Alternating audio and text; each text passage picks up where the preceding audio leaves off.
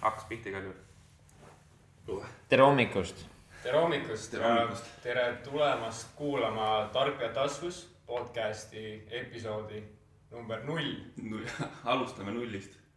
Jaa, see on minu meelest parim asi üldse, et see on nagu jõusaali minekuga vaata, et see on siuke alustamise raskus, et sa teed selle, jõuad selle nullini ja siis kui sa selle ära teed, siis peaks nagu lihtsam olema edasi liikuda, on ju. Seega me oleme siin, me oleme kohal, me saime nagu suurtest muredest ja hirmudest jagu ja me hakkame selle podcastiga pihta. Mina olen Ottomar. Mina olen Mikko. Mina olen Kristo. Tere tulemast. Aga kuultid, miks me seda saadet üldse teeme? Ma arvan, et siin on nagu aus vist läheneda sellele küsimusele niimoodi, et meil on kindlasti nagu igal ühel omad individuaalsed põhjused, miks me seda teeme. Aga ütleme, kui me räägime konkreetselt sellisest ühisest suurest pildist, siis see on ikkagi seotud esmajärgus meie enda harimisega. Me tahame saada paremaks puhtalt selles mõttes, et mis nagu teadmisi ammutame kuskilt teiste inimeste käest. Aga konkreetselt minu isiklik huvi ongi see, et saada tuttavaks väga ägedat uut inimestega, keda ma veel täna nii väga hästi tunne. Mõista nende, ütleme siis, elu jooksul ette tulnud mingisuguseid väljakutseid, lahendusi, probleemi lahendusi, aru saada seda, et kuidas nad üleüldse oma elu elavad, mis on nende ambitsioonid, kuhu nad tahavad edasi liikuda ja nii edasi. Et noh, üldistatult ikkagi see, et uued inimesed, uued mõtted ja väga laiast nurgast. Ütleme väga nagu laia tähenduslikku kuradi Putsi, mul läks mõte meelest täna, teeme uuesti. Näed, juba läheb lappama. Ei, kõik on hästi. Minust oli väga hästi öeldud. Võib-olla see venitsid natuke liiga pikale, aga muidu oli väga hea. Teeme uuesti. Panen delete kohe ära, siis on kuradi tehtud. Ei, sa saad pärast modifitseerida. Ühesõnaga. Okei. Action. Et me teame, et meie ümber on inimesed, kelle lood tihti peale meieni ei jõua, sest me lihtsalt ei jõua nendeni. Selleks ei ole võimalust. Ja me näeme, et meil on olemas võimalus, meil on olemas tahe, et need inimesed kuulajateni tuua ja sealt edasi kasvatada seda knowledge base'i või siis ütleme teadmiste mahtu nii endale kui ka siis meie kuulajatele. Just väga hea. Ütle, mis sinu põhjus on? Põhimõtteliselt Otto võttis kõik sõnad suust. Et mul oli täpselt samamoodi sama mõte, et just, et saada inimestega tuttavaks, just nagu uutemate nende inimeste, kes nagu on mingis mõttes edukad või nad on mingis mõttes nagu just väljapaistvamad, aga just teada nende telgitagusid, et mis moodi ja kuidas nad on jõudnud sinnani, kuhu nad on jõudnud tänaseks. Et mis nad on pidanud läbi tegema. Et just see on nagu see põhiline asi. No, teadmised. Et saada ammutada rohkem teadmisi juurde. Sest, et jah. Nii on. Nii on. Ja sul, Mikko? Ma ei tea, kuidas teile tundub, aga mul on hästi palju olnud vestlusi mingite inimestega, kus ma lihtsalt pärast vestlust mõtlen, et Pekke oleks pidanud seda nagu salvestama. Ja on küll. Mul on palju häid mõtteid, mida pärast nagu meenutada või kuulata. Ja ma ei tea, ma olen elus nagu sellises etapis, kus mulle meeldivad sisukad vestlused. Yeah. Et ma näiteks ei suuda käia kuskil pidudel, kus räägitakse mingit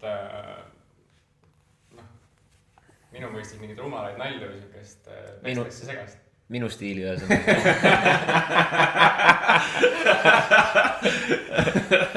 Et ma tunnen ennast kohe ebamugavalt, kui ma kuskil seltskonnas olen ja seal nagu seal käib lihtsalt mingi alkoholinaljad ja mingid jooginaljad ja siukest nagu mingit sisulist vestlust väga ei ole.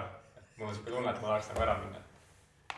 Ja see ongi see põhjus, et tahaks lihtsalt teha midagi, mis nagu rääkida sisulistel teemadel, rääkida sisuliselt ja mingitest konkreetsetest asjadest ja alati nagu õppida kellegi käest midagi juurde. Et ma arvan, et see ongi see peamine põhjus. Kas sisulisel vestlusel on ka mingid tunnused, et kas see peab näiteks kestma mingi minimaalselt tund aega või midagi sellist? Seal ei ole mingit ajalist piiri, nagu pigem on lihtsalt nagu minna selles mõttes sisuliseks, et kui inimene näiteks midagi väidab, et siis kas on see mingi 5 miksi reegel, et sa küsid, sa lähed nagu asjaga süvitsi, et inimene väidab midagi, küsid miks, siis ta räägib sulle sellest, et miks ta niimoodi mõtleb, ja sa küsid sa jälle, miks, et miks ta niimoodi ikkagi mõtleb, et sa lähed selle mõtte täiesti tuumani välja. Et vaata praegu see ühiskond, kus me elame, on hästi nagu selline pinnapealne. Et kõik see sisuloome on ka, et inimesed tarbivad ju üle 3 minuti ei suuda ühte asja kuulata. Yeah. Aga sa ei saa ju 3 minutiga reaalselt mitte midagi tegelikult teada. Ja mitte midagi. Ja on ka näiteks, kui mingid inimesed tulevad mingist ettevõttest, ma isegi ei taha konkreetselt sellest ettevõttest rääkida. Pigem ongi, et lihtsalt mis see filosoofia seal taga on. Kust on jõudnud sinna vaata, sest et ma just lugesin enda selle alateaduse kohta, vaata, et inimesel esimesed 7 eluaastat on see, kus on see nii-öelda see punkt, kus mõjutab järgnevaks eluks ajaks su alateadust nagu esimesed 7 aastat su elust. Ja siis nagu tekibki see, et kust on, mismoodi see on hakanud pihta, mismoodi on vanemad temaga käitunud on näiteks, kui minna veel süvitsi, et kus see kõik on tulnud nagu, see mind paneb täiega huvitama. Ja just see nagu pep talk, et kuidas sa iseendaga räägid, sul tekivad mingi hirmud, mismoodi sa iseendaga räägid, kuidas sa selle vastu astud, on ju. Et siuke süvitsi minna oleks üliäge. Ja sellepärast ongi see, miks mina tahaks teha seda. Seega me toome siis oma fantastiliste kuulajateni sisulised vestlused põnevate inimestega väga laialdastest valdkondadest. Yeah. Piiranguid meil otseselt ees ei ole. Meie reeglid ongi need, et meil pole reegleid. Mulle meeldib seda. Aga saate formaadist rääkides, siis tegelikult ongi mingit ajalist piirangut me endale ei pane. Ei pane, jah. Me lihtsalt räägime nii kaua, kuni meil on midagi sisulist nagu rääkida, et küsime küsimusi ja neid, mida me tahame ja lähme selle tuumani välja. Ja oma kuulajatest veel nii palju, et nagu Kristo mainis, siis jah, ilmselt üks nagu, ütleme siis faktor, mille järgi me oma kuulajad saatesse kutsume, on see, et nad justkui võiks mingis valdkonnas, oma lemmikvaldkonnas olla väljapaistvad, aga üldjuhul me ei näe nagu sellest meile silmapaistvast nagu mingisugusest valdkonnast nagu kaugemale, on ju. Ja see on ka üks eesmärke, et me tegelikult püüame aru saada, mis toimub nende inimeste igapäevaelus, siis ütleme väljaspool seda konkreetset valdkonda, millega ta siis igapäevaselt tegeleb või millega nad igapäevaselt tegelevad. Just. Nõus. Tahad sa midagi lisada? Ei, mulle tundub, et ma vist ütlesin kõik ära, mis ma öelda tahtsin. Üldse. Pange kuskile kalendrisse ristik, et automaali said sõnad otsa. No said sõnad otsa. Jah. Ma ootaks seda nalja ka veel endiselt. Ei, küll naljad tulevad siis, kui nad tulevad. Ja aega on veel. Aga kui tihti me plaanime teha podcasti? Hea tava oleks minu hinnangul see, kui me suudaksime toota ühe episoodi nagu minimaalselt 2 nädala peale. Vähemalt alguses, vähemalt esimeses järgus või esimeses etapis. Aga sealt edasi ma näen, et me suudaksime seda ka tihemini teha. Ehk siis ka nädalas korra, miks mitte. ja nädalas korras oleks tore. Aga alguses oleks küll siuke 2 nädalat oleks minimaalne. just. Ma ise mõtlesin ka, et teha midagi lihtsalt siis, kui midagi öelda on või midagi teha on, saada mingi huvitav inimesi näiteks siia, et tehagi siis, et mitte konkreetselt endale jällegi mingit piirangud panna. Jah, selles mõttes. Vahel on see, et võib tulla 4 osa nädalas, vahel on see, et tuleb 2 nädala peale 1, et taaskord, et mitte mingit reeglit nii-öelda kuskile paberi peale või seinaga panna, kivisse raibuda, et teeme siis, kui teeme. Jah. Smart ongi see on siuke vahetu ja tuleb nii nagu tuleb. Et mingit süsteemi nagu siin ei loo. Et meie süsteem ongi see, et meil on süsteem ja süsteemitus. Me loome kaoses korda, otsime kaoses korda. Nüüd tulevad sellised tiivid laused. Jah, vahel tasub tiibiks minna. Aga miks meid kuulama peaks? Miks mitte? Ma arvan, et aus vastus on see, et inimesed, kes väga hästi samastuvad Mikko mõttega, et leida vastand või alternatiiv sellisele pinnapealsele vestlusele, mida me tegelikult tarbime igapäevaselt erinevates meediumites, kanalites, et inimesed, kes tahavadki saada sügavamat sisu mingisugustele punktidele, mingitele mõtetele. Et ma arvan, see on nagu suurim väärtus, mida siis meie kuulajad võiksid sellest podcastist endale kaasa võtta. Nõus. Ja number 2 on lihtsalt see, et me oleme kuradi ägedad vennad ja meile meeldib juttu puhuda, meile endale meeldib väga kihvtid inimestega vestelda, arutleda maailma asju ja nii ongi.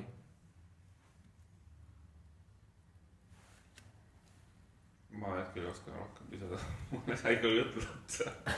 Oota, ma ütles nii hästi, et... Mis sa peale meelitad, no? Sul on mingi eesmärk, sa saad võtad seal. Jah. See on kompliment. Kuradi pühapäeva hommikul juba loobitakse niimoodi komplimente. Minu abikaasa küll mulle nii häid sõnu täna hommikul ei öelnud. Pigem oli see, et no nii, tavai aja püsti ennast ja mine sa hiljaks juba. Lestuun. Enne vist võiga välja. Ei, tegelikult meil oli hästi tore õhtu eile, me käisime abikaasaga tema kauaaegsel sõbrannal külas sünnipäeva tähistamas. Ja kusjuures ma natuke mõtlesin eile juba selle peale, et mida me siin täna hakkame tegema ja siis just kui ma üritasin ka seal olles selliseid huvitavaid teemasid nagu õhku visata inimestele, mille üle arutleda ja jõudsime seal siis poliitilise korrektsuse teemani, palgalõhe, vana hea on ja super teema, siuke hea easy teema ja üldse ettevõtlusest selle juures on ju äride ehitamine väljaspool Eestit, kõik see, eks ole. Ja ma arvan, et nagu kella 2 ei saa jauratud, et ei saa öelda, et me väga nagu pinnapealsed olime. Minu meelest oli väga lahe. Et hea point, et ka sellistes kohtades võivad ägedad vestlused tekkida ja jube äge oleks vaata neid pärast siis nagu kuidagi taas elustada ja uuesti üle kuulata, et millest siis sai räägitud. Sest olgem ausad, see gin tonic, mis mu veres oli õhtul, ilmselgelt eliitis nagu mu mälust väga palju infot. See on jah see, et üldjuhul taast ongi, et kui sa satud siuksesse seltskonda, siis alkoholi tarbimine, siis mingi hetkest sul tulevad ülihead jutud, ülihead mõtted ja siis kui hommikul üles ärkad, siis mõtled, millest me rääkisime täpsemalt. Ja. Et võiks olla küll jah selline lindistamine ka niisama. Ja see oleks päris äge formaat vaata järgmine kord, kui me või keegi mees peaks tegema mingit pidu või üritame mingi üritust korraldama ükskõik kus kohas. Ja siis me kõik just kui valmistame ennast ette ja võtame mingisugused mikrid kaasa ja hakkame lindistama seda värki. Ütled sõba, tule istume maasi, mikri keskele. Räägime. Just. Mikko, sul on mõned küsimused, ma näen. Ja, ma olen valmistanud. täpselt seda, mida mina ei ole teinud, on ju. Just, ma hakkaks ise välja ütlema, et see on lõppu panin. Aga mida me oma kuulajatelt ootame?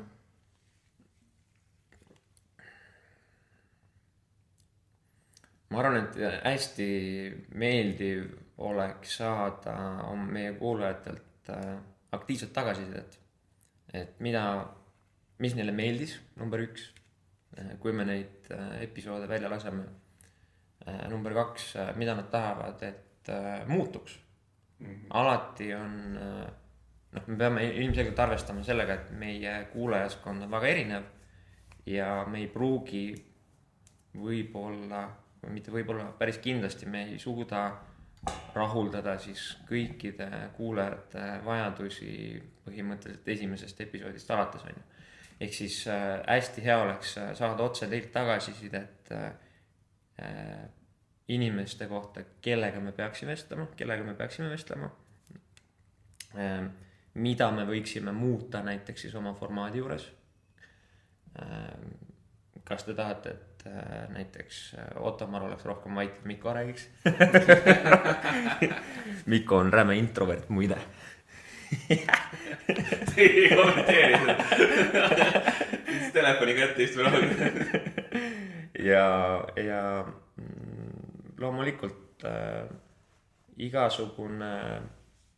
igasugused edulood või ütleme mõtted, mis kanduvad teieni edasi, mida te saate ise ka päriselt rakendada oma enda elus ja sellest tulenevalt mingisugused lood, kus te olete saanud mingisuguseid tehnikaid, mõtteid rakendada, et andke meile sellest teada. Ma arvan, et see oleks meile endale hästi tore, et me teaksime, kuidas teil läheb, kas te saate sellest infost kasu, kas te saate neid mõtteid kuidagi rakendada või siis kõige lihtsamal juhul, kui teil oli lihtsalt tore kuulata seda vestlust. Just. Ma ise lisaks ka nii palju, et isegi kui on mingi negatiivne tunned, et saade ei meeldi, siis kirjuta kindlasti, et mida me saaksime paremini teha ja kuidas me saaksime teha. Me ei karda kriitikat. Jah. Ei, absoluutselt. Et mis ise mõttegi niimoodi, vaata see positiivne tagasiside on alati hea, see aitab ega enne. See näitab, et seda midagi õigesti. Aga see halb tagasiside või mitte nii hea tagasiside on see, mis tegelikult aitab nagu edasi minna. Aitab areneda, aitab saadet paremini teha, aitab olla veel sisulisem, et aitab võib-olla meil õigeid kuulajaid, õigeid saatekülalisi saada. Just. Ja, täpselt. Et igas mõttes, et teha asja paremini, et selle jaoks on meil vaja niisugust nii-öelda negatiivset tagasiside. Et see on nagu äärmiselt teretulnud. Nõus. Ja te võite kingitusi ka meile saata, kui te tahate. Kingitusi ka veel ka.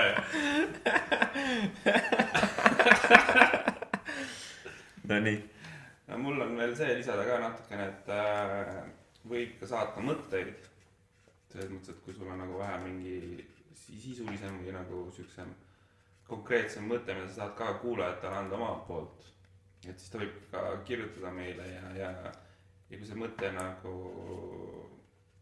haakub või nagu läheb ka kokku, et siis me saame ka teha saatesse kutsuda, et alati ei pea olema mingi väljapaistev või edukas inimene kuskilt, et need inimesi, kes tegelikult on samamoodi hea mõtlemisega, hea jutuga, nemad alati ei paista välja. Et ka need inimesed on... Ei pruugi paista, jah. Et seda kunagi ei tea. Täpselt. Mõtlesin, vahel oleks ka hea teha mingi saade, kus ongi reaalselt kuulajate küsimused, et kogu mingi hunniku kokku ja siis vastame neile. Jaa! Nii saab ka, jah. Kindlasti. Absoluutselt. Seda on ka alati ei ole see, et meil on reaalselt keegi külas, vaid vahel me tunneme, et me tahame lihtsalt midagi jagada, siis me lihtsalt jälle tuleme kokku. Võtame aega suu puhtaks rääkida. Jah. Paneme saate nimeks suud puhtaks. Muidugi.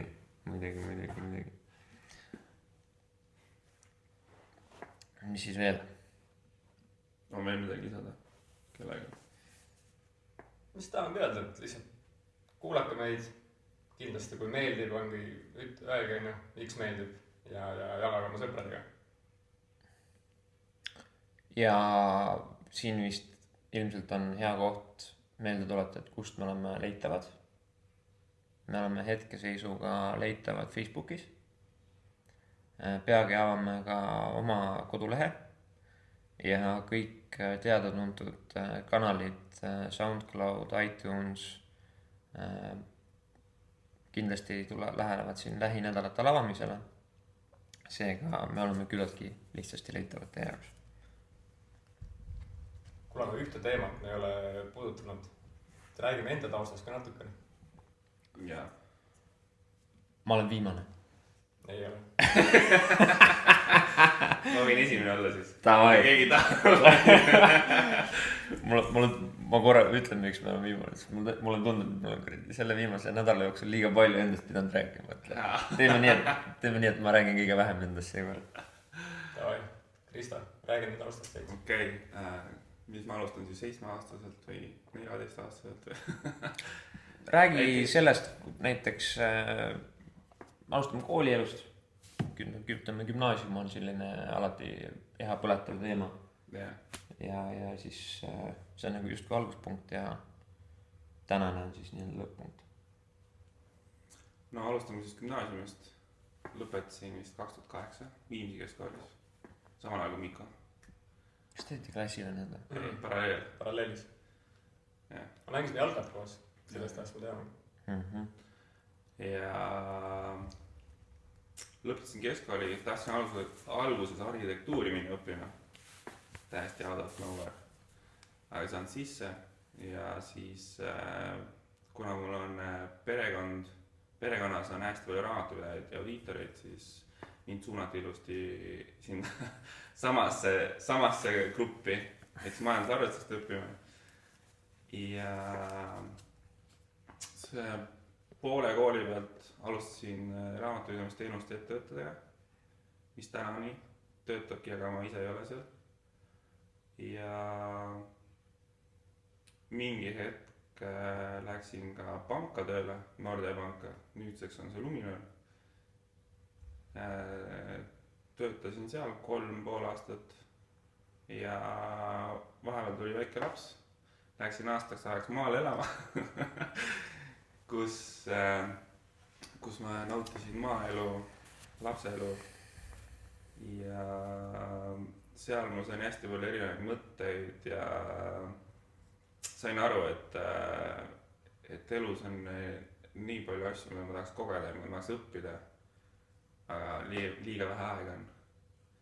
Et siis selles hetkest peale seda, kui ma sealt nüüd isapuhkuselt siis välja tulin, siis ma nüüd enam tööle ei lähe, et siis ma hakkan nüüd otsima endale midagi, mis tunduks nagu mulle kõige hingelähedasem.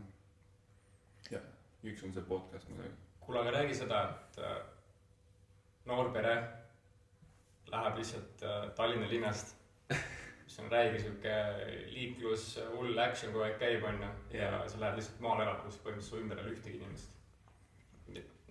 Räägi, mis selle mõtteprotsessi taga on, nagu, kus see üldse mõte tuli seda sammu teha? See oli selline, et meil oli niimoodi, et finantsilises mõttes, kui me räägime avatud kaartidega, siis mu naine teenis minust kordades rohkem raha kui mina, sest tema tegeles müügi ja kinnisvaraga. Aga samas nagu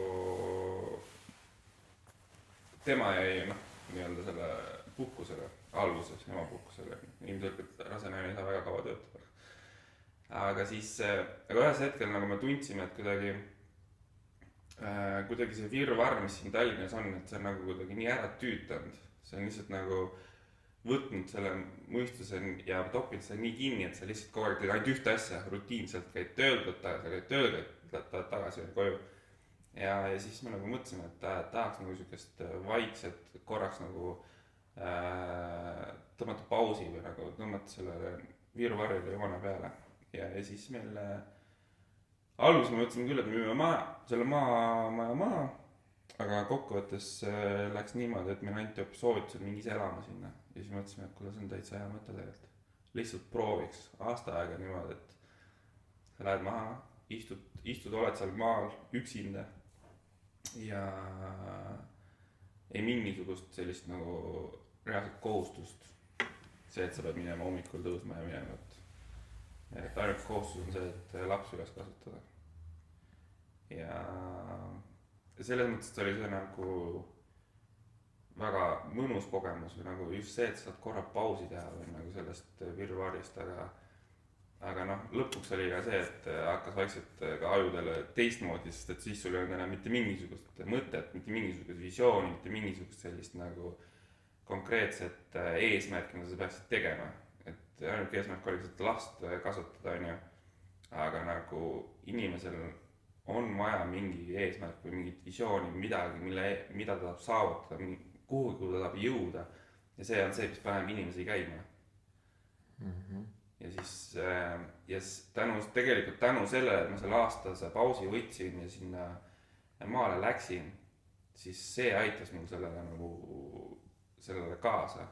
Ma hakkasin nagu taipama seda, et muidu oli firvaari sees küll mõtlesin, et ma tahaks olla mingi ilgelt rikas, nüüd, et sa oled finantsiliselt vaba, mitte midagi tegema ei peaks, tõmbaks jalad sinna laua peale, on ju. Mängiks ainult Wifat kogu aeg, vaataks mingit filmi, on ju. Ja siis mõtled, see oleks nii hea elu või mis annavad, on ju. Aga samas, kui sa sinna jõuad, või nagu selles mõttes, kui sa nagu tõesti ei tee mitte midagi, mitu nädalat, siis sul lõpuks hakkab lihtsalt niimoodi ajudele, et sa isegi aru, kui kehv seis on. Nagu inimesel on vaja mingit eesmärki ja see on see, mis tegelikult on see suur õppimine, mida ma õppisin sellest puhkusest. Sellest aastasest puhkusest, jah. Väge. Aga mida see aasta seal maal sulle kõige rohkem andis? Mida sa kõige rohkem nagu enda kohta õppisid?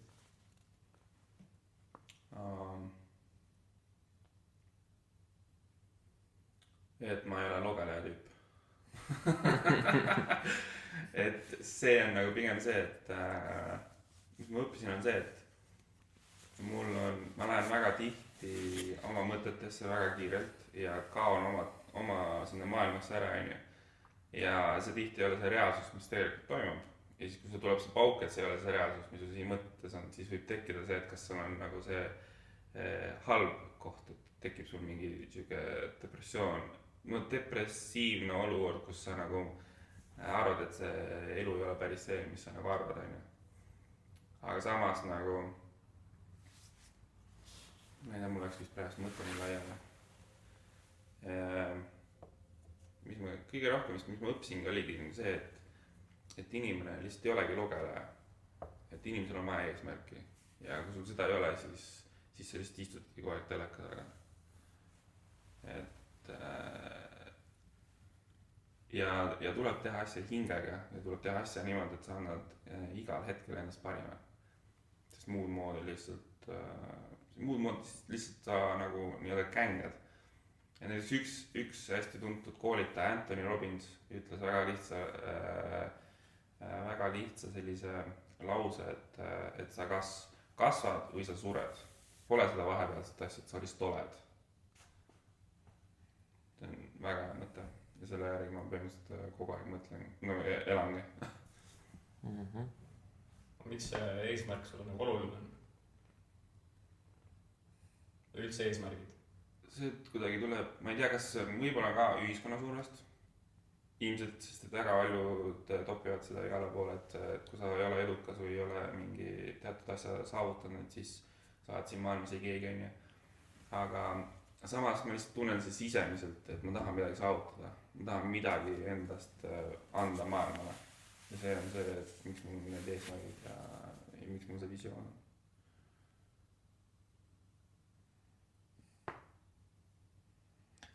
Mina väga samastun praegu ja Krista mõtetega. Jaa, Ottomar siis nimi on ju.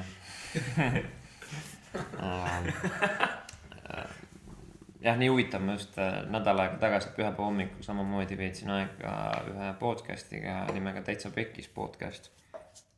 Ja seal täpselt samamoodi avasin päris palju kaarti enda elust. Olen siis tänaseks 27-aastane noor kutt.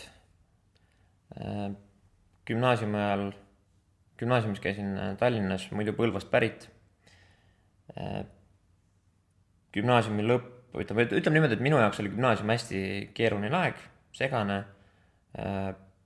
Tegin justkui ühiskonna survel otsuse, et olgu, lähen juurat õppima. Kuigi asjast nagu väga midagi adunud, mul ei tekkinud mingit personaalset sidet sellega kohe ja pluss mul perekonnas ei ole ka, või ütleme suguvõsas ei ole ka selliseid role modeleid või eeskujusid, kes siis nagu selle valdkonna esindajad oleksid. Ja sealt edasi, mis juhtus, oli see, et läksin juurat õppima, käisin USA-s raamatuid müümas pärast esimest ülikooli aastat. Maailma pilt avanes, perspektiiv tekkis hoopis teise nurga alt ja ma sain juba järjest rohkem, ma sain nagu kinnitus sellele, et juuraga ma ilmselt ei jätka. Minul konkreetselt sellega seoses mingisuguseid negatiivseid nagu järeldusi ei tekkinud, aga vanematel oli see nagu väga valus info, et mis mõttes on, et miks sa nii teed. Käisin ka teist korda USA-s raamatuid müümas ja 3. ülikooli aastal tutvusin oma tulevase abikaasaga ja tuleval kevadel jõudis siis minuni info, et ma saan isaks. Olin tol hetkel siis 22-aastane, kui see info minuni jõudis. Ja pull lugu veel selle juures on see, et ma läksin kohe sõjaväkke, samal ajal kui siis minu abikaasa lapseootel oli. Keeruline aeg, aga saime sellega hakkama, tulin tagasi sealt, tulin siis kaitseväest tagasi sellel hetkel, kui Miia sündis. Jumala äge ja hakkasimegi tasapisi seda elu üles ehitama, et sellest ajast peale. Mind ennast hakkas tohutult huvitama ettevõtlus kui selline, et mind ei huvitanud konkreetselt mingi valdkond või mingi teema. Pigem ma suhtusin sellesse hästi avatult ja ma ahmisin infot nagu väike käsnakalle või svamm endale sisse, et meeletult tegelikult ka infot nagu koguda, et mida see tähendab ja organisatsiooni juhtimist, organisatsiooni ülesehitamist, kõik see, mis sellega kaasa käis, seal tundus mulle meeletult põnev. Sest et see oli kõik inimsuhted minu jaoks, ma suutsin nagu ükskõik missuguse äri taandada nagu inimsuheteni. Sest jätkuvalt ma usun, et inimesed teevad äri, mitte robotid ega mingisugune tehnoloogia. Ja sealt edasi kasvaski see pisiki järjest suuremaks, kuniks töötasingi erinevates startupides, tehnoloogia valdkonnas ja võltsin ise julguse kokku ja alustasin oma väikest projekti. Tegime siis juurabürood internetis, lühidalt ühe lausega öeldes, mille mõte oli siis võimalikult kiiresti abivajajat kokku viia sobiva juristiga. Ja siis see väljenduski sellises hankekeskkonnas platvormis, siis, mis lubas läbipaistvat hinda ja projekti hinda saada siis kohe kliendile, eks ole. Sellega olid seal omad raskused ja takistused. Täna seda ettevõtet sellisel kujul eksisteeri sellise tiimiga, aga minu meelest on hästi lahe see, et tekkis sellest väikesest projektist nagu 2 spin-offi, mis on tänaseks väga edukaks kasvanud. Kindlasti jõuan sellest ka hiljem tulevikus rääkida.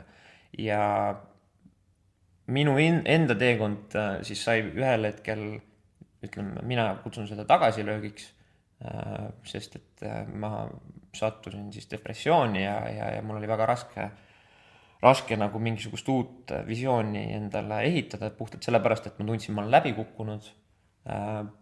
Ma olin justkui inimesi alt vedanud ja võtsin ka aja maha, kui Kristo meil olid küll erinevad põhjused, Kristo läks maal elama, mina kolisin koos laste ja abikaasaga üldse välisriiki Hispaaniasse. Ja sealt tagasi tulles, või seal olles tegelikult, mulle jõudsid kohale, et lihtsalt olemine ei ole minu asi. Ja mul hakkas seal nii igav et ma püüdsin igal pagana võimalusel uuesti kontakti saada Eesti inimestega, mis oligi minu jaoks nagu selge vihje, et Hispaania ei ole minu koht, tuleb tagasi minna. Ja õnneks me tegime selle otsuse väga kiiresti ja me tulime tagasi. Ja pärast seda ma olin täiesti avatud kõikidele pakkumistele, mul oli väga erinevaid võimalusi, võimalusi, mida teha, aga sellel hetkel otsustasin siis siduda ennast sellise ettevõtmisega või ettevõttega nagu Velvet, üks Eesti suurimaid disainiagentuure ja täna siis toimetan seal projektijuhina, produtsendina, hoolitsedes sellest, et Velveti kliendid saaksid maailma parima teenuse. Ma arvan, et see on kõik. Sa ütlesid, vaata, et sa oled hästi nagu ettevõtlik ja suke, ettevõtte tüüp on ju. Aga täna siiski oled ju töötad mingisuguses nii-öelda halvapalgalisel kohal. Jah. Miks? Kuidas sa endale selle idee maha müüsid? Väga lihtsal põhjusel, et ma arvasin, või vähemalt ma müüsin sellel hetkel ma müüsin endale idee maha, et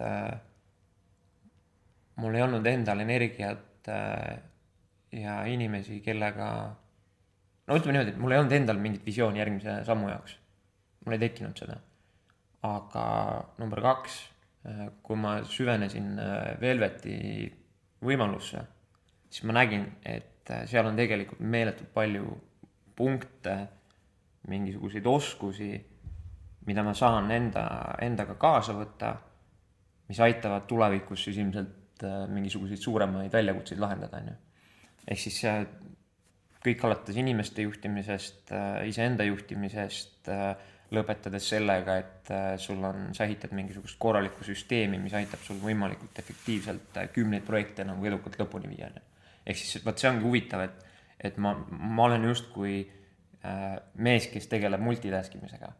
Ja kui sa oled mees, kes tegeleb multitaskimisega, siis see ei ole väga lõbus. Ehk siis nüüd ongi nagu väljakutse on see, et kuidas sa ehitad endale sellise süsteemi, et sa jätkuvalt oled elus, rõõmus ja sa lähed hea tundega tööle. Et tuleviku mõttes ma arvan, see on meeletult hea oskus, kui sa oskad lahendada ühe päeva jooksul kümneid probleeme. Ma arvan, et see vastab su küsimusele. Jah. Aga mul oleks küsimus, ma läheks natuke tagasi sulle selle raamatumüügi osas. Et mis mõte või mis ajendas sulle minna raamatut müüma USA-sse? Täiesti võõrasse riiki, täiesti teisel pool otsa, maailma otsa nagu. Tolleaegne hea sõber Frederik Starkov, tervitan sind, et see vend kuradi lihtsalt iga päev müüs mulle seda mõtet. Ma olin tal nagu konkreetselt öelnud pool aastat jutti, et ma ei tule mitte kuskile, see on mingi sõgedate inimeste väljakutse ja mingi lollus on ju, jaburus, et kes ostab raamatuid on ju. Number 1 on ju mingisuguse suvalise eurooplase käest, ida-eurooplase käest on ju. Ja number 2 on see, et miks sa peaksid nagu tudengina tegelema mingisuguse sellise jaburusega. Ehk siis ma ei näinud, minu jaoks see paistis sellise tobeda asjana, aga kuna ta oli piisavalt järjekindel, ma räägin siis Fredist, ja talle tundus, et ma olen nagu õige vend, et seda asja tegema, siis ühel hetkel ta viis mind õige inimesega kokku, kes mulle selle suure pildi lahti seletas. Ja siis mul ei olnud enam seda otsust väga keeruline teha. See paistis mulle täpselt sellise asjana, mulle justkui nagu toodi kandikul ette võimalus, mis aitab mul on võib-olla seda halb öelda, aga ma ise tunnen, et ma suutsin keskpärasest noorest tudengist tõusta mitu levelit ülespoole. Kuigi see oli väga valus kogemus ka, aga sellest siis kunagi hiljem, kui aega tekib. Näiteks praegu, mis sulle see kogemus kurat see mikk on? Mis see kogemus sulle kõige rohkem andis? Number 1, esimene suvi õpetas mulle seda, et ma olen loll noor kukkes, kelle nagu isiklik arvamus ei maksa mitte midagi. Mu ego sai väga palju haiget, mis on väga hea. Just Chuck Norris irutas mulle Roundhouse Kickiga munades, et sa oled nagu täiesti mõttetud vend, vaata. Ja teisel suvel, ütleme siis, kui ma see esimese suve läbi elasin, ma sain kõik oma haavad ja peksmised läbi elatud ja ma sain taastuda Eestis, siis ma nagu tundsin, et vau, et nüüd ma olen justkui ühe sammu võrra kuskil edasi liikunud ja ma julgen minna veel, ma tahan veel saada seda. Ja kusjuures ilma naljata, ma olen mitu korda sellest ka mu abikaasale rääkinud, et kui mul tekiks võimalus täna võtta suvi justkui vabaks, et kuule 3 kuud, mine, ma läheks ülihea meelega uuesti sinna, sest et see praeguse hetkeni mulle tundub, et mul on seal veel nii palju asju, mida õppida, mida uuesti nagu läbi elada, mida parendada, vaata. Et tekitada mingisugune ongi just, et aidata iseendal mingites elementides paremaks saada. Veel küsimusi?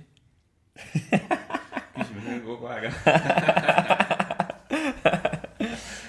Ei, see on, jah. Ma tahtsin seda sama küsida, et mis su õppetund seal võis olla nagu. Aga sain sellele vastuse. Jah, et neid õppetundi oli väga palju. Ma ei oskagi niimoodi välja tuua, et mis on see õppetund, mis on siis minu jaoks nagu justkui A ja O ja nagu kõige selgemini mõistetav, et siiamaani tagantjärgi tarkusena on nagu hea lihtsalt öelda seda, et ma sain neid õppetunde väga palju, kõik alates sellest, kuidas ma ise ennast juhin ja võiksin juhtida, kuni selleni, et kuidas sa aitad teisi inimesi, et nemad saaksid omad eesmärgid täidetud. Et üsna lai skoop.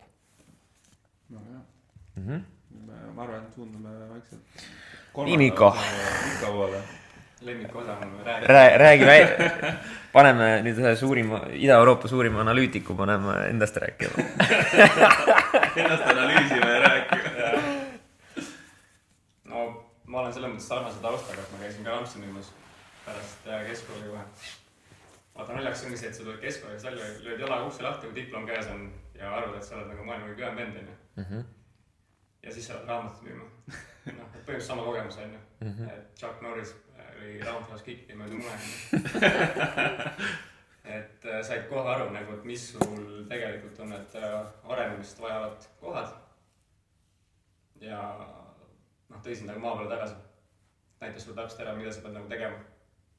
Et see inimene, kes mind sinna tegelikult värbas, Ronald Kaseveli, sa kindlasti tead. Muidugi tean. Et ta võiks olla üks meie külalisi kindlasti. Jah. Et Ronald ütles hästi, et mis on mulle väga hästi meelde jäänud. Et edu tuleb siis, kui selleks valmis oled. Ja nüüd ma olengi tegelikult sellest ajast peale tegelenud sellega, et valmistada ennast ette. No mis iganes elu etappideks, edu on jälle suhteline mõista. Et see tõi nagu aitas asju nagu perspektiivi panna, see USA kogemus. Korra küsin, kas sa tunned ennast edukana täna? Jah. Mulle hullult meeldib see mõte, et sa ei seo ennast mingisuguse enda edu mingi rahanumbriga, vaid sa näed edul nagu suuremat mingisugust kõlapinda. Ja siis ma tahtsingi küsida, et mis valdkonnades sa näiteks tunned ennast täna edukana või mille järgi sa defineerid, et okei, võt, ma tunnen ennast nagu päris hästi. Ma arvan, et täna, kuna ma olen selline pigem topelt introvertne inimene, et ma väga palju ise nagu ei räägi ja inimestega nagu vabalt ei suhtle võib-olla, et minu ideaalne koht, kus olla, on kodus, kamina ees lugeda raamatut. Et siis ma tegelikult täna teen neid asju, mis viivad mind sellest mugavustsoonist välja. Ja ma tegelen täna teenindusega. Et tegelikult alates USA-st ma olen sisuliselt 10 aastat, ma olen täna 29. Ma olen 10 aastat tegelenud siis müügi ja teenindusega, mis on just siuke, pealt näha tundub pigem ekstravertsete inimeste targusmalenn. Ja ma olen väga paljude inimestega vaielnud sellel teemal, et ainult ekstraverdid oskavad müüa ja mida iganes on ju.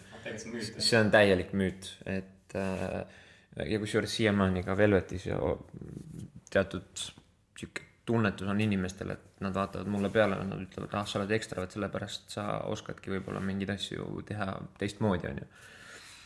ma vaidleks sellele iga hetk ja iga kelle vastu. Sa tunned sama? Ma tunnen sama, jah. Aga müügi poole ma olen enda jaoks nagu natuke juba ära unustanud, sest see ei paku mulle nii palju pinget. Pigem mind huvitab just selle sama mündi nagu teine pool, ehk siis teenindus, mis on reaktiivsema iseloomuga müügiprotsess, ehk siis see kliendi hoidmine on. Ja ma olen siis põhimõtteliselt kogu oma aja pühendanud sellele. Vot, et olengi siis Toyotas olnud, olen Mersus olnud, tipptasemel kliente teenindanud ja täna tegelikult kirjutan ise blogi. Alustasin koolitustega. Keda sa koolitad? MyFitness. Ühesõnaga, MyFitness on sinu mõistes klient, keda sa siis keda sa koolitad puhtalt klienditeeninduse teemadel? Jaa, me räägime, see, mida ma täna koolitan nii-öelda, me räägime siis erinevate MyFitnessi klubidega, räägime siis erinevatest isiksuse tüüpidest. Isiksuse tüübid. Jah, et üldises plaanis on, et millised nad oma iseloomult on, kuidas neid erinevate tunnuste põhja eristada ja kuidas nendega siis suhelda. Sest vaata, kui te enda elu peale mõtlete, nagu, et kui palju teil on olukordi, kus te seletate mingit mõtet, enda arvast on kõik jumala nagu ühe mõtteline, seda ei ole võimalik teistmoodi mõelda. Aga see inimene sinu vastas saab sellest hoopis teistmoodi aru. Nii kui jumala teha. Mis on see tagasiside, mida sa oled näiteks otse MyFitnessilt saanud, et kas nad on ise tunnistanud, on nad sulle öelnud, et kuule, vau, et see on nagu meeletult hea info, mida sa meiega siin täna jagad ja me kohe tunneme, et me saime nagu väga selget väärtust sinu mõtetest, sinu kogemustest, sinu koolitusest. Tagasiside on väga positiivne olnud siiamaani. Et inimestel nagu meeldib, et just, et kui nagu, et see ei ole ainult teooria, et me teeme nagu niisugused praktilisi ülesandeid ja teeme, lähtume hästi palju läbi praktika. Ja hästi palju on näha niisugust nagu mõnusat äratundmise rõõmu inimestes. Kui sa räägid näiteks dominantidest või näiteks koleerikutest, räägime sangliinikutest, et kõigil tekib kohe mingi pilt selline mingisuguse kliendiga. Ja kuidas seda olukordi lahendada.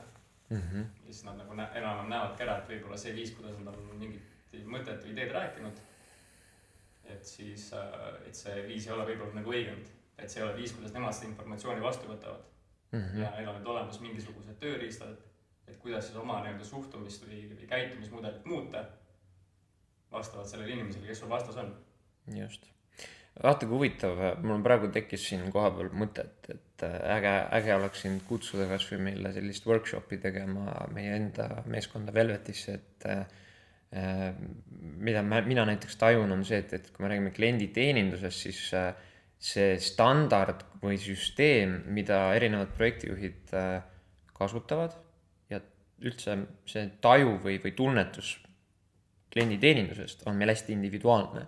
Ehk siis meil ei ole sellist selget süsteemi, selget vormi, mis on nagu A ja O klienditeeninduses.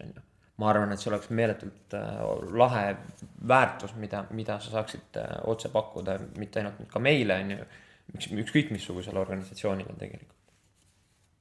Et tule külla meil. Mina arvan, et Eestis on klienditeeninduskultuur on nüüd läheb aina paremaks. Teatud ettevõtetes on klienditeenindus väga hea juba. Aga mõned, ikka tegelikult enamus klienditeenindajad on sellised passiivsed ja nad nagu, mul on niisugune tunne, et inimesed pigem lihtsalt istuvad seal tööl ja siis lihtsalt on niisuguse tuima näoga, vaatab sulle otsa, sa tuled uksest sisse, siis tal on niisugune nagu peas, et miks sa tulid siia?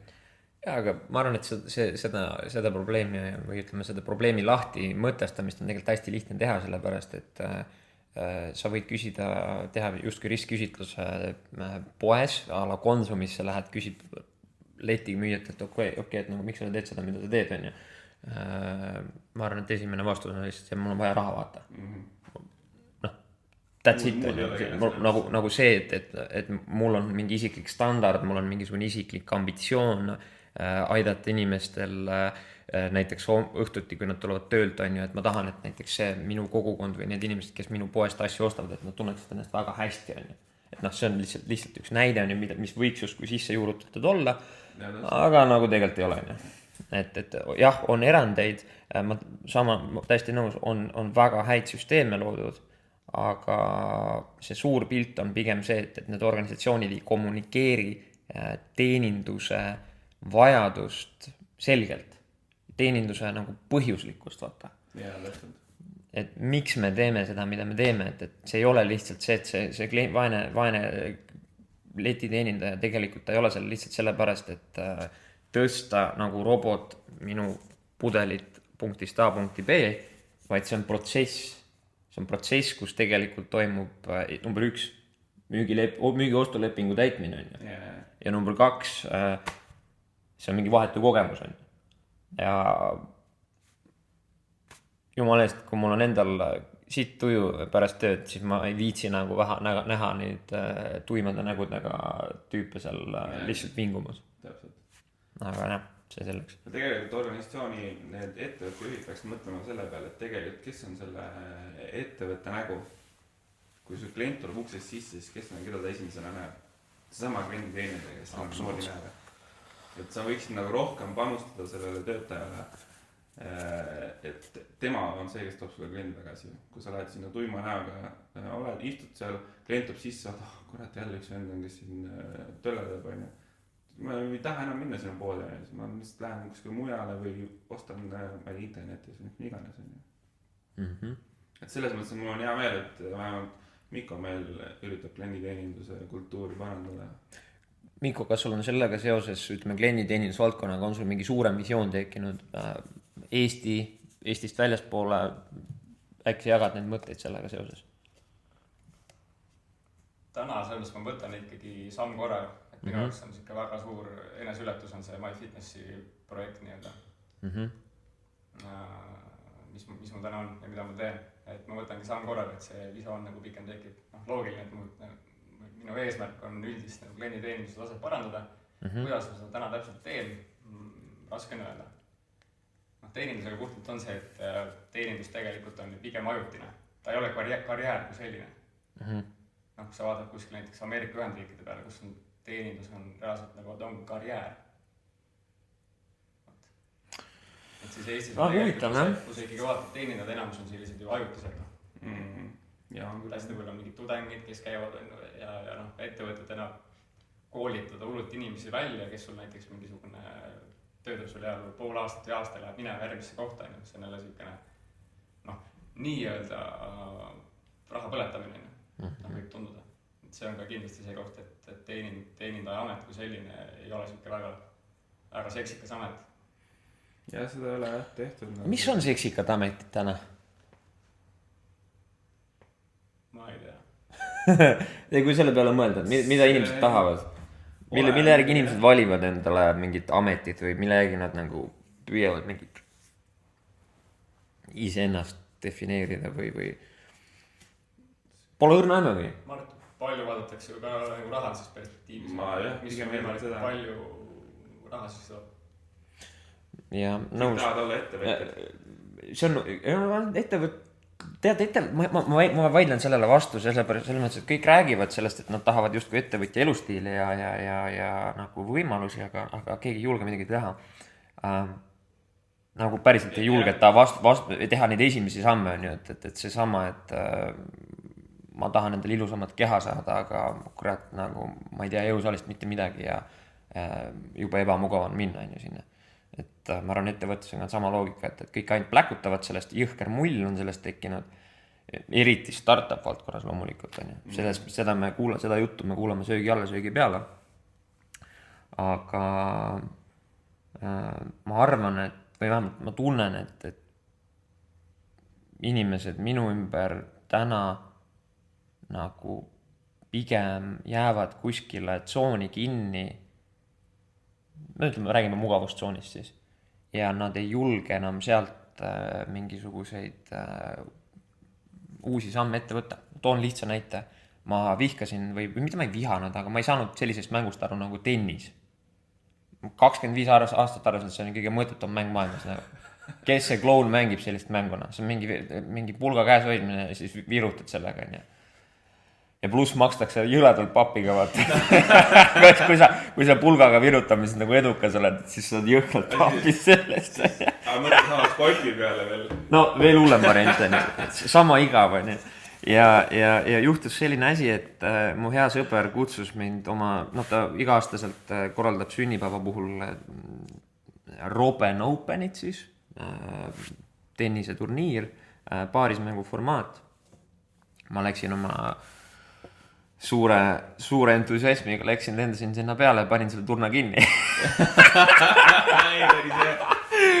Minu strateegia oli lihtne, ma olin ainult võrgu ees ja proovisin neid palle siva kuskile vastaspoole väljakule, siis toksida maha ja oligi kõik. Ja ma väga nautisin seda, mul tekkis nagu selge arusaamine, et okei, see on spordiala, millega ma tahan tegeleda. Ja ma olen tänaseks nüüd 3 kuud rutiinselt, regulaarselt trenni teinud sellel teemal ja kusjuures täna pärast meie vestlust ma lähen ka tennist mängima. Et jällegi, ma lõhkusin justkui enda peas mingi müüdi puhtalt sellega, et mingi vend tegi sünnipäeva. Et selliseid momente, ma arvan, võiks elus nagu palju rohkem olla. Et sa võtad selle sammu ette, sa tegeled sellega ja sa jäädki sinna, sa tekitad mingisugusest uuest lahedast asjast mingisuguse põneva osa enda elust. Aga kuidas see seostab sinu selle ettevõtluse probleemiga? Väga lihtsalt, see ongi see, et ma kusjuures väga selgelt seostan sporti kui sporditegevust ettevõtlusega, sest see on ka samamoodi pidev areng, pidev paranemine, sa pöörad asju, ütleme, sa lähed nagu lõppkokkuvõttes, sa lähed detailidesse nagu, sa hakkad detailidele tähelepanu pöörama. Et kui ma praegu olen, ütleme, tennises, ma olen ikkagi rookie, ma olen ikka täiesti roheline veht, ma tegelen põhimõtteliselt sellega, et üldse aru saada, et mis on see tehnika, kuidas ma palli pean lööma, siis üks hetk ma usun, et tekivad just need momendid, kus ma hakkan võib-olla tegelema mingisuguste keerulisemate ülesannetega, et kuidas mu jalgade liigub, mis hetkel kuidas ma positsioneerin ennast väljakul ja nii edasi. Et ettevõtlusega seoses on täpselt sama, et kui mul on peas mingi idee, siis see peaks manifesteeruma sellega, et ma võtan need esimesed sammud ette ja mida rohkem ma seda ideed hakkan realiseerima, siis mul on vaja järjest rohkem hakata nagu detailidega tegelema seal. Et number 1 asi on see, et ettevõtluse poole pealt sa pead looma meeskonna. Nagu ilma selleta sa ei saa lihtsalt, see pole võimalik. Sa võid olla üksinda nagu lahe tegija vend, aga sa ei saa ilma meeskonnata realiseerida mitte midagi. Ma ei usu sellesse. Ja see on tõsi ka, aga sa ei saagi üksinda. Jah, võib-olla spordimaailmas me näeme pigem seda, et eks ole, need individualistlikud alad, nagu näiteks tennis, et seal sa oled justkui nagu staar, sa oled superstaar või Ott Tänak, me läheme kusjuures Mikoga järgmine nädal Ott Tänakule ka selema Hispaania rallile. Nemad justkui on nagu meile kui pealtvaatajale nagu üksikud staarid, aga mida me ei näe on see, et seal taga on tohutu meeskond, ressurss, manpowerid, kes tegelikult aitavad siis neid tulemusi realiseerida. Aga see tulemus tegelikult on Oti enda peas, Aga ütleme, seda realisatsiooni aitab teha tegelikult kogu Toyota meeskond, lihtsalt üks näine. Kui sa nii võtad, siis spordi mõttes tegelikult ju individuaalset sporti, kui sellist ei ole olemas. Täpselt, aga meile tekib tunne, et me räägime ühest superstaarist, et tema ongi üksinda indiviidina selline kõva tegija, vaata. On ju? See on kõik see, mis meedia näitab ja mis inimene võtab sellest.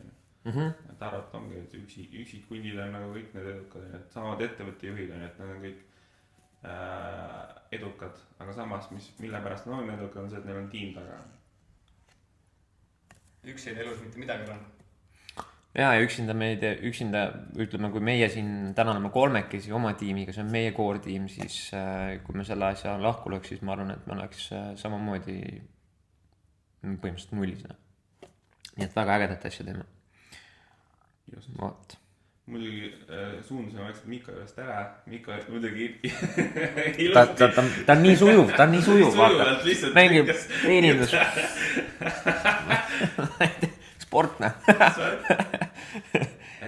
räägi, millega sa vabal ajal tegeled, kui sa teenindusega ei tegele?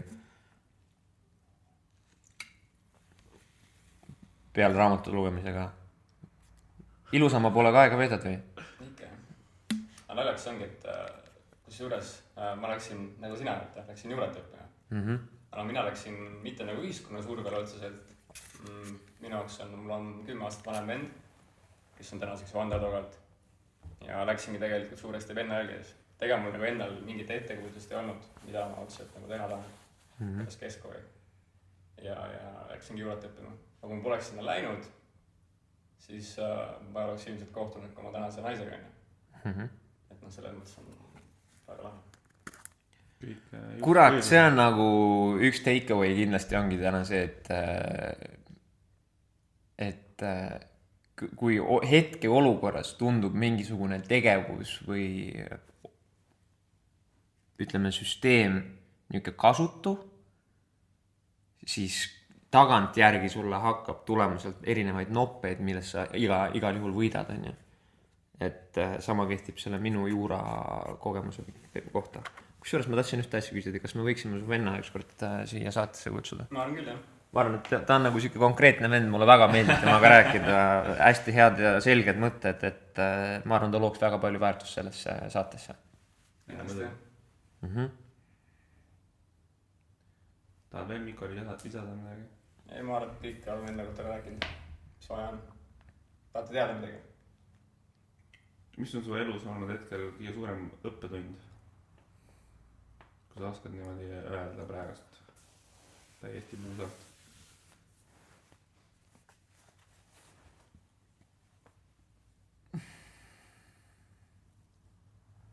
Ma arvan, et kuidas